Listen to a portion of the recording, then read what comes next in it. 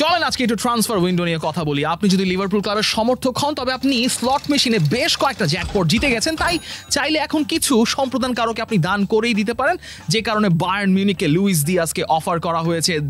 David অর্নস্টিন দি অ্যাথলেটিকের journalist তিনি confirm করেছেন Luis Diaz Bayern মিউনিখে চলে যাচ্ছেন 75 মিলিয়ন ইউরোর একটা প্যাকেজে। লিভারপুলের জন্য এই ট্রান্সফারটা হেল্প করবে তাদের PSR profit and sustainability rules, premier লিগে যেটা খুবই বড় একটা ইম্পর্টেন্ট জায়গা সেটা মেইনটেইন করার জন্য। But does it really help Bayern Munich? Luis Diaz তার বয়স 28, লেফট সাইডে খেলেছেন ক্লপের অধীনে, আর্নে স্লটের অধীনে, কিন্তু বায়ার্নের ওই উইকার লেফট সাইডটাকে ফিল আপ করার জন্য লুইস দিয়াসের যে প্রোফাইলটা এখন রয়েছে, লাস্ট সিজনে মোটামুটি বেশ ভালো একটা সিজন পার করেছেন। তার সর্বশেষ 4 বছরের গোলস পার 90 ট্যালিটা একটু খেয়াল করলে ভালো মতো বোঝা যাবে। লাস্ট 4 বছরে যখন পোর্তো থেকে তিনি যখন লিভারপুলে আসলেন, পার 90 মিনিটস গোল রেশিও তার ছিল 0.84। তার পরবর্তীতে ক্লপের সিজনে এসে সেটা একটু ভালোই ড্রপ করে, গোলস পার 90 0.36, এর পরবর্তীতে 0.27, কিন্তু শেষ সিজনটায় লিভারপুলের হয়ে তার গোল পার 90 ছিল 0.48, 13টা গোল ট্যালি সেটাই বলে দেয়। কিন্তু বায়ার্নের যে উইকার লেফট সাইডটা রয়েছে, যেখানে জামাল মুজিয়ালা তাদের নাম্বার 10 তিনি একটা বড় সময়ের জন্য মাঠের বাইরে থাকছেন, লিরয় জানে চলে গেছেন, সার্জ গ্নাব্রি আছেন, সেই জায়গাটায় লুইস দিয়াস স্লট ইন করতে যাচ্ছেন ভাসো কোম্পানির দলে। তার বয়স একটা বড় ব্যাপার, সেখানে তাকে নেওয়ার জন্য 75 মিলিয়ন ইউরো খরচ করাটা বলতে পারেন আপনি একটু বেশি খরচ করা হয়ে গেছে, যেখানে লুইস দিয়াসের কন্ট্রাক্ট পরের বছর শেষ হয়ে যেত। এবং শেষবার যখন সাদিও মানেকে লিভারপুল থেকে বায়ার্ন মিউনিখ নিয়েছিল, সেটার ফলাফলটা খুব একটা সুদূর প্রসারী হয় নাই, যে কারণে লুইস দিয়াসকে নেওয়া হয়েছে। তবে লিভারপুলের কথায় আসা দরকার, কারণ লিভারপুল আর্নে স্লট তিনি এই প্রিমিয়ার লিগটা জেতার পর মোটামুটি যেভাবে দলটাকে সাজানোর চিন্তা করছেন, সেটা স্লটের দল হিসেবে গড়ে ওঠানোর একটা পরিকল্পনা তার রয়েছে। আগের দলটা ইউর্গেন ক্লপের দল ছিল, কিন্তু এই দলটায় যে প্রোফাইলের প্লেয়ার সাইন করা হয়েছে সেটা দেখলেই বোঝা যাবে যে আর্নে স্লট হ্যাজ আ ভিশন। এই হচ্ছে এই মৌসুমে লিভারপুলের সাইনিং এর তালিকা, এবং সবার এইজ প্রোফাইলটা খুবই ইম্পর্টেন্ট। 22, 21 এবং সর্বোচ্চ মাত্র 24 বছরের দুজন প্লেয়ার রয়েছেন, যাদের মধ্যে এখন সবচেয়ে বেশি আকর্ষণ কাটছেন উগো একিটিকে। উগো একিটিকে কেন আকর্ষণ কাটছেন? উগো একিটিকের জন্য লিভারপুল এতগুলো পাউন্ড খরচ করছে, কিন্তু যে কাজটা আর্নে স্লট অনেক বেশি পছন্দ করেন তার ফরওয়ার্ডদের কাছ থেকে, যে কাজটা ডারউইন নুনিয়েজ ঠিকমতো ডেলিভার করতে পারছেন না শর্ট কনভার্সনের জায়গা থেকে বাদ দিলে, সেটা হচ্ছে অফ দ্য বল রানস, যে কাজটা উগো একিটিকে এবং ফ্লোরিয়ান ভার্টস খুব ভালো মতো করে থাকেন। যদি ইউরোপের বিগ 5 লিগে আপনি নন পেনাল্টি এক্সপেক্টেড গোলস এবং এক্সপেক্টেড অ্যাসিস্টসের সংখ্যাটা হিসাব করেন, তবে মোহামেদ সালাহ, রবার্ট লেভানডফস্কি এবং রাফিনিয়ার পরের নামটাই আসবে উগো একিটিকে। সব কম্পিটিশন মিলে 18টা গোল তিনি লাস্ট সিজনে করেছেন আইনট্রাক্ট ফ্রাঙ্কফুর্টের হয়ে, যেখানে ওমার মারমুশও খেলতেন। ওমার মারমুশ এবং একিটিকের পার্টনারশিপটা আপনি চিন্তা করুন, ফ্লোরিয়ান ভার্টস এবং উগো একিটিকের পার্টনারশিপ। Florian Wirtz is an very interesting profile. মাত্র 21 বছর বয়সে তিনি এতগুলো প্রফেশনাল ম্যাচ খেলেছেন, এবং শেষ 2 মৌসুমে তার এই ট্যালেন্টটা দেখলে বুঝতে পারবেন যে তিনি প্রফেশনালি কতটা ফ্লারিশ করেছেন শাবি আলোনজোর অধীনে। মূলত লেফট অ্যাটাকিং মিডফিল্ড রোলে তিনি বেশিরভাগ মিনিট খেলেছেন, কিন্তু তার অ্যাটাকিং কন্ট্রিবিউশন শেষ 2 মৌসুম পর্যন্ত দেখলে ভালো মতোই বোঝা যায় যে তিনি এই অল্প বয়সে কোন লেভেলে পৌঁছে গেছেন ফুটবলার হিসেবে, কিন্তু এখনো তিনি পিকে পৌঁছাননি তার ফুটবলিং ক্যারিয়ারে, যেটা আর্নে স্লটের এই লিভারপুলে এসে নতুন একটা রিভাইভড লিভারপুলে তিনি করার সুযোগটা পাবেন। তবে এই সাইনিংগুলোর মধ্যে আরেকটা সাইনিং বেশ ইন্টারেস্টিং, সেটা হচ্ছে মিলশ কেরকেশ। আন্দোনি ইরাওলার বোর্নমাউথ থেকে এসছেন লেফট ব্যাক রোলে, একদম proper old school fullback, touch line hugging ফুলব্যাকের রোলটা তিনি ভালো মতো পালন করেন। ওভারল্যাপিং এবং আন্ডারল্যাপিং রানস উইঙ্গারদের সঙ্গে তিনি এক্সচেঞ্জ করে মেইনটেইন করতে পারেন। তার সবচেয়ে বড় স্ট্রেংথের জায়গা তার ট্রু ট্যাকেল রেট, যেটা অ্যান্ডি রবার্টসন এবং ট্রেন্ট আলেকজান্ডার আর্নল্ডের গত সিজনে চাইতে অনেক বেশি। বোর্নমাউথ হাই প্রেসিং একটা টিম, অফ দ্য বলে তারা অনেক বেশি কাজ করে থাকে। মিলশ কেরকেশ সেখানে ট্রু ট্যাকেল রেটে গত সিজনে 1v1 সিচুয়েশনে 65টা ট্রু ট্যাকেল রেট উইন করেছেন, যেখানে Andy Robertson 60%, Trent Alexander Arnold 55%। That speaks a volume যে লিভারপুল আসলে কোন ডিরেকশনে যেতে চাচ্ছে আর্নে স্লটের অধীনে। লিভারপুলের বাইরে ট্রান্সফার মার্কেটে আরেকটা ক্লাব বেশ সরব ভূমিকায় আছে, সেই ক্লাবটা গত কয়েক মৌসুম ধরেই সরব ভূমিকা পালন করে আসে ট্রান্সফার মার্কেটে। সেই ক্লাবটার নাম চেলসি।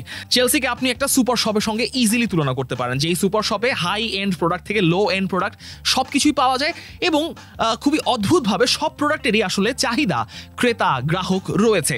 চেলসি তারা মূলত সোর্স করে কাঁচা বাজার থেকে, কাঁচা বাজারে গিয়ে তারা কিনে আনে প্রোডাক্ট এবং সেটাকে হাই প্রাইসে হয়তো কেনে আবার হাই প্রাইসে সেলও করতে পারে। তাদের একটা বড় কাঁচা বাজারের নাম ব্রাইটন, সেই ব্রাইটন থেকে তারা অনেক প্রোডাক্ট কিনেছে, কোনো প্রোডাক্ট ভালো পড়েছে, কোনো প্রোডাক্ট ভালো পড়ে না, কিন্তু সেই সবগুলো প্রোডাক্টই তাদের কাছে রয়ে গেছে।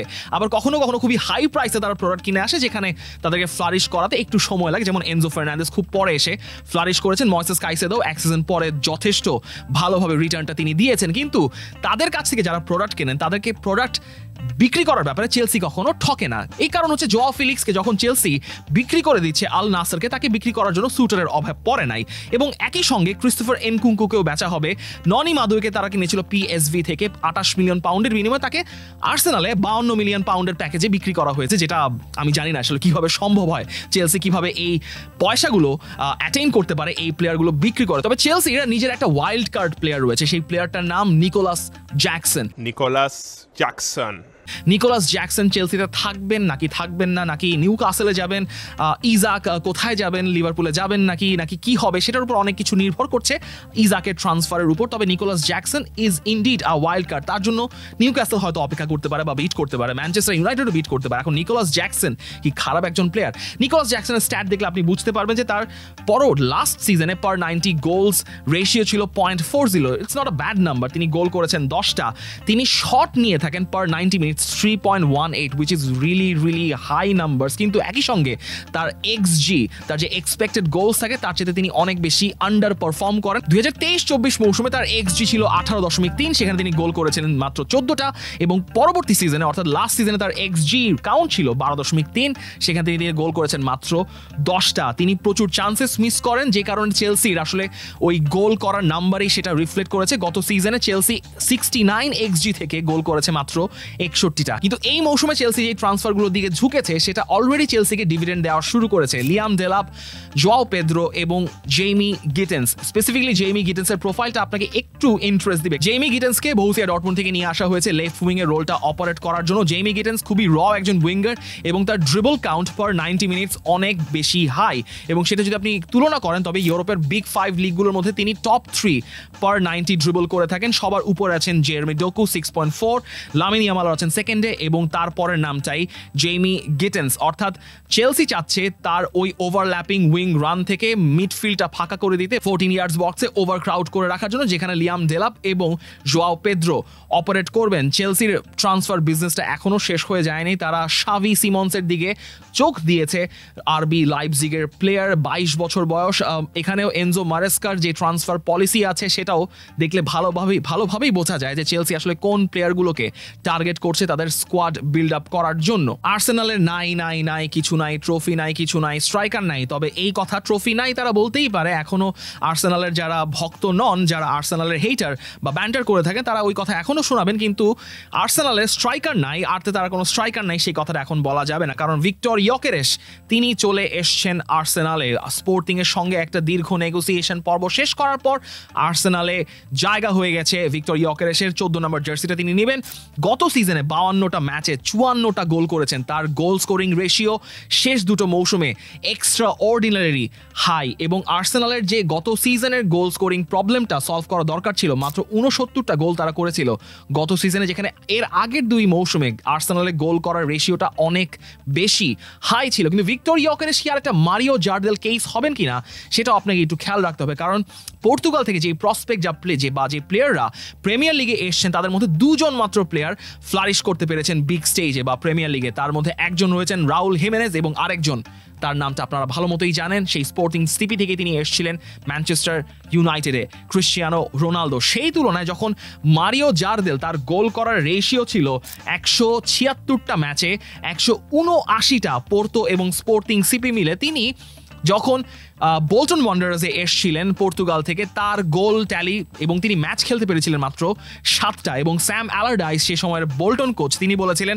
তিনি এই মারিও জার্দেল, এই ব্রাজিলিয়ানের মতো খারাপ প্লেয়ার জীবনে আর কখনো ম্যানেজ করে নেই। ভিক্টর ইয়োকেরেশ অবশ্যই এই কেস হবেন না। তিনি প্রিমিয়ার লিগে খেলার অভিজ্ঞতা তার আছে, তিনি কভেন্ট্রি সিটিতে এর আগে খেলেছেন, চ্যাম্পিয়নশিপে ব্রাইটনের প্রসপেক্ট ছিলেন তাদের সেকেন্ড বেঞ্চে। তবে Viktor Gyokeres is a good prospect, এবং তার যে গোল রেশিও, গোল ট্যালি বলছে, সেটা আর্সেনালের গোল স্কোরিং প্রবলেম হয়তো সলভ করতে পারে। তবে এই সিজনে আর্সেনালের সাইনিংগুলোর মধ্যে যেটা সবচেয়ে প্রসপেক্টফুল এবং ইম্প্যাক্টফুল সাইনিং হতে পারে সেটা হচ্ছে ক্রিশ্চিয়ান মস্কেরা, স্প্যানিশ সেন্টার ব্যাক, যিনি উইলিয়াম সালিবা এবং গ্যাব্রিয়েল মাগালেশ এবং কিভিওরের কম্পিটিটর বা তাদের পরবর্তী প্যাকিং অর্ডারে থাকবেন। কিন্তু আন্ডার 21 যে প্লেয়ারগুলো রয়েছেন, ভালেন্সিয়ায় খেলেছেন ক্রিশ্চিয়ান মস্কেরা, আন্ডার 21 প্লেয়ারদের মধ্যে খেলা সবচেয়ে বেশি মিনিটস শেষ 2 মৌসুমে যারা পেয়েছেন তাদের মধ্যে ক্রিশ্চিয়ান মস্কেরাই সবার উপরে আছেন এবং ট্রু ট্যাকল উইন রেটের ক্ষেত্রে লা লিগাতে ক্রিশ্চিয়ান মস্কেরা সবার উপরে রয়েছেন। অনেক সিজন ডিফেন্ডারকেও তিনি ছাড়িয়ে গেছেন ট্রু ট্যাকল উইন রেটের ক্ষেত্রে। মিকেল আর্তেতা এবারের আর্সেনালের সিজনটাকে নিয়ে উঠে পড়ে লেগেছেন, কারণ তার সেকেন্ড সিজন এই মৌসুমে আসবে কিনা সেটা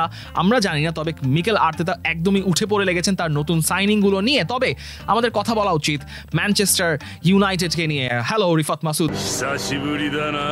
ম্যানচেস্টার ইউনাইটেড এই সিজনে বড় দুটো সাইনিং করেছে এই মুহূর্তে, সেটা হচ্ছেন একজন মাতিয়াস কুনহা এবং ব্রায়ান বেমো। ব্রায়ান বেমোর সাইনিংটা নিয়ে একটু বেশি নেগেটিভ কথাবার্তাই বেশি শোনা যাচ্ছে যে এই প্লেয়ার যিনি কিছুদিন আগে হয়তো খুব একটা লাইমলাইটের মধ্যে ছিলেন না, ব্রেন্টফোর্ডে একটা ভালো গোল স্কোরিং সিজন কাটানোর পর কিভাবে তিনি ম্যানচেস্টার ইউনাইটেডের সমস্যাগুলো সমাধান করবেন সেটা নিয়ে অনেক প্রশ্ন তুলছেন। কিন্তু সেটা মনে রাখা দরকার যে এই সিজনটাই আসলে রুবেন অ্যামোরিম পাচ্ছেন তার মতো করে সিজনটা গুছিয়ে নেওয়ার, তার দলটাকে গুছিয়ে নেওয়ার জন্য। তার যে সিস্টেমগুলো রয়েছে এবং সেই সিস্টেমে ফ্লারিশ করার জন্য যে ধরনের প্লেয়ার দরকার সেটাই তিনি আসলে ইনকর্পোরেট করার চেষ্টা করছেন। এবং ব্রায়ান বেমো, তাকে গত সিজনে দেখার পর আমি অন্তত বলতে পারি ব্রায়ান বেমো আসলেই ম্যানচেস্টার ইউনাইটেডের কিছু প্রবলেম সলভ করতে পারেন, স্পেসিফিকলি রাইট উইংয়ের জায়গা থেকে। ব্রায়ান বেমো রাইট সাইডের একজন নাম্বার 10 প্লেয়ার। গত সিজনে তিনি একটা ইম্প্যাক্টফুল গোল স্কোরিং সিজন পেয়েছেন, 20টা গোল তিনি করেছেন। সেই গোলটা তিনি করেছেন 12.3 XG থেকে, অর্থাৎ তার চেয়ে বেশি ওভার পারফর্মিং XG রেখে গোল করাটার তালিকায় এর মাত্র আরেকজন প্লেয়ারই ছিলেন, তিনি হচ্ছেন পাট্রিক শিক, যিনি একজন নাম্বার 9। সেখানে ব্রায়ান বেমো তিনি একটু পেছনে অপারেট করে থাকেন। ব্রায়ান বেমোর আরেকটা বড় স্ট্রেংথের জায়গা হচ্ছে তিনি অফ দ্য বলে প্রচুর গ্রাউন্ড কভার করে থাকেন, যেটা রুবেন অ্যামোরিমের সিস্টেমে ফ্লারিশ করার জন্য খুবই গুরুত্বপূর্ণ। শেষ মৌসুমে ব্রায়ান বেমোর চাইতে পুরো প্রিমিয়ার লিগে মাত্র 2 জন প্লেয়ারই অনেক বেশি গ্রাউন্ড কভার করেছেন। তাদের মধ্যে একজন ব্রুনো গিমারায়েস, যিনি একজন সেন্ট্রাল মিডফিল্ডার, এবং দানিয়েল মুনিয়স, যিনি একজন রাইট উইং ব্যাক। সেই তুলনায় একজন নাম্বার 10 হিসেবে একজন ইন্ডাস্ট্রিয়াস প্লেয়ার হওয়াটা রুবেন অ্যামোরিমের সিস্টেমের জন্য অনেক বেশি ইম্পর্টেন্ট, স্পেসিফিকলি তাদের নাম্বার 9 এর জন্য। যদি নাম্বার 9 অন্য কাউকে সাইন না করানো হয় তবে জশুয়া জার্গজি এবং রাসমুস হয়লুন্ডকে নিয়েই হয়তো এই সিজনটা ম্যানচেস্টার ইউনাইটেডকে পার করতে হবে। যদিও রাসমুস হয়লুন্ডের আউটপুটটা ততটা ইম্প্যাক্টফুল হয়নি যেটা ভাবা হয়েছিল তার কাছ থেকে, এবং প্রিমিয়ার লিগে যেই প্লেয়াররা রয়েছেন তাদের মধ্যে সবচেয়ে বেশি শর্ট কনভার্সনের রেটে রাসমুস হয়লুন্ডের সংখ্যার নাম্বারটা অনেক বেশি নিচে, সেটা 10-এরও অনেক বাইরে। সেই জায়গাটাতে ম্যানচেস্টার ইউনাইটেড যদি তারা ফ্লারিশ করতে চায় তাদেরকে গোল করতে হবে, সেই গোলটা আসতে হবে তাদের ফরওয়ার্ডদের থেকে। যদি ব্রায়ান বেমো এবং মাতিয়াস কুনহা তাদের মতো ভালো মতো অপারেট করতে পারে সেখানে ভালো কিছু চান্সেস ক্রিয়েট হওয়ার। সবার শেষে কথা বলতে চাই আমার প্রিয় ক্লাবকে নিয়ে। যে প্রিয় ক্লাবকে নিয়ে কথা বলার একটাই কারণ, সেটা হচ্ছে এই ক্লাবটা একটা উৎকৃষ্ট উদাহরণ যেভাবে আপনি আসলে আপনার ক্লাবকে ম্যানেজ করতে চাইবেন না ক্রাইসিস ম্যানেজমেন্টের সময়, সেটা হচ্ছে বার্সেলোনা। বার্সেলোনার জন্য ভালো সংবাদ হচ্ছে তারা মার্কাস রাশফোর্ডকে লোনে সাইন করিয়েছে, সেটা এখন পুরনো খবর। কিন্তু জাপানে তারা খেলবে কি খেলবে না সেটা নিয়েও একটা বড় ধরনের ঝামেলা চলে গেছে এরই মধ্যে। কিন্তু এখনও যেটা গত 3 সিজন ধরে বার্সেলোনার জন্য বড় মাথা ব্যথা, সেটা হচ্ছে তাদের স্যালারি ওয়েজ ক্যাপ এবং তাদের ওই 1:1 বাজেট স্পেন্ডিংয়ে তারা এখনো আসতে পারবে কিনা সেটা নিয়েও এখনো বার্সেলোনা একটা বড় মাথা ব্যথা রয়ে গেছে। এবং শেষ খবর পাওয়া পর্যন্ত ডারমট করিগান দি অ্যাথলেটিকের জার্নালিস্ট রিপোর্ট করছেন যে বার্সেলোনা এখনো তাদের স্যালারি লিমিটের অনেক উপরে অপারেট করছে, এবং সেটা যদি ঠিক মতো শোধরানো না যায়, সেই স্যালারি লিমিটটা যদি কমিয়ে আনা না যায়, তবে এবারও প্লেয়ার রেজিস্ট্রেশন সংক্রান্ত জটিলতায় ভুগতে হবে বার্সেলোনার প্লেয়ারদেরকে। অর্থাৎ মার্কাস রাশফোর্ড তিনি এসে হয়তো বসে থাকতে হবে, সেটা হয়তো হবে না। আলটিমেটলি লাপোর্তা কোনো না কোনো একটা উপায় বের করে ফেলবেন, তবে তিনি বিপদে আছেন। তার কারণ হচ্ছে ওই স্পটিফাই কাম্প নোর যেই সিটগুলো, ভিআইপি সিটগুলো তিনি বিক্রি করেছিলেন, তার একটা অংশ 425টা সিটস প্রেসাইসলি 100 মিলিয়ন ইউরোতে, তার মধ্যে 70 মিলিয়ন ইউরো দিয়ে NEVG নামে একজন ইনভেস্টমেন্ট ফার্ম 70 মিলিয়ন ইউরোতে তারা ওই সিটের একাংশ কিনে নিয়েছিল। কিন্তু এখনো পর্যন্ত ওই ট্রানজ্যাকশনের যে রিসিপ্টটা রয়েছে সেটা এখনো লা লিগা রিসিভ করেনি, এবং তার মধ্যে মাত্র 28 মিলিয়ন ইউরো বার্সেলোনা রিসিভ করেছে। এখনো 42 মিলিয়ন ইউরো তারা পাওনা বাকি রয়েছে। এই 42 মিলিয়ন ইউরো না পেলে বার্সেলোনা তাদের এক্সপেন্ডিচারে যেই 1:1 রুল রয়েছে লা লিগায় সেই রুলে যেতে পারবে না, যে কারণে লাপোর্তা এখন উঠে পড়ে লেগেছেন আসলে কোন ধরনের লিভার বা কোন ধরনের পালাঙ্খা অ্যাপ্লাই করলে বার্সেলোনা এই মৌসুমের জন্য অন্তত বেঁচে যেতে পারে। মার্ক আন্দ্রে তার স্টেগানকে নিয়ে এখনও একটা জটিলতা রয়েছে। তার স্যালারিটা হয়তো কিছুটা হলে ডিফার করে পরবর্তীতে মার্কাস রাশফোর্ডের স্যালারি দেওয়া যেতে পারে, কিন্তু সেটাও এখনও নিশ্চিত নয়। তবে মার্কাস রাশফোর্ড তিনি হয়তো ভালো রকম ভ্যালিউ অ্যাড করবেন 27 বছর বয়সে এসে। তিনি 2022-23 মৌসুমে যে এই সিজনটা রেপ্লিকেট করেছেন সেটা তিনি এই মৌসুমে রেপ্লিকেট করতে পারবেন কিনা ওই ওয়াইড ফরওয়ার্ড রোলে লেফট সাইডে, সেটাই এখন দেখার বিষয়। 30টা গোল এসেছিল তার সেই সিজনে 24.3 XG থেকে। এবং মার্কাস রাশফোর্ড আসার জন্য লেভানডস্কির উপর একটু চাপ কমবে। ফ্লিক বল খেলানোর জন্য হান্সি ফ্লিক হয়তো ফেরান তরেস এবং ওইদিকে মার্কাস রাশফোর্ডকে কিছুটা ইন্টারচেঞ্জ করে খেলাতে পারবেন, কারণ পেছনে তার অপশন রয়েছে দানি ওলমো, রাফিনিয়া এবং লামিন ইয়ামাল। এবং বাই দ্য ওয়ে লামিন ইয়ামালের যেহেতু একটা স্যালারি ইনক্রিজ হয়েছে, সেটাও আসলে বার্সেলোনাকে ইনকর্পোরেট করতে হবে তাদের এক্সপেন্ডিচার লিস্টে। ট্রান্সফার পলিসি আপডেট এবং সব মিলিয়ে আসলে জোয়ান গার্সিয়া এবং রুনি বার্দাকচি তাদেরকেও হয়তো বসে থাকতে হতে পারে বার্সেলোনার এই ধরনের সিচুয়েশনে। আপনি আপনার ক্লাবের ট্রান্সফার পলিসি, ট্রান্সফার বিজনেস নিয়ে কতটুকু সন্তুষ্ট জানাতে পারেন আমাদের কমেন্ট সেকশনে, এবং কোন ট্রান্সফারটা নিয়ে আপনি সবচেয়ে বেশি এক্সাইটেড সেটাও জানাতে পারেন আমাদের কমেন্ট সেকশনে। thedailystar.net এর যে কোনো মুহূর্তের আপডেট যদি আপনি পেতে চান তবে আপনাকে ভিজিট করতে হবে thedailystar.net এর ওয়েবসাইটে, এবং দ্য ডেইলি স্টারের যত ভিডিও রয়েছে সেগুলো যদি আপনি দেখতে চান ইনক্লুডিং এই এক্সপ্লেইনারটা, সেটা দেখতে হলে আপনাকে সাবস্ক্রাইব করতে হবে দ্য ডেইলি স্টারের ইউটিউব চ্যানেলকে।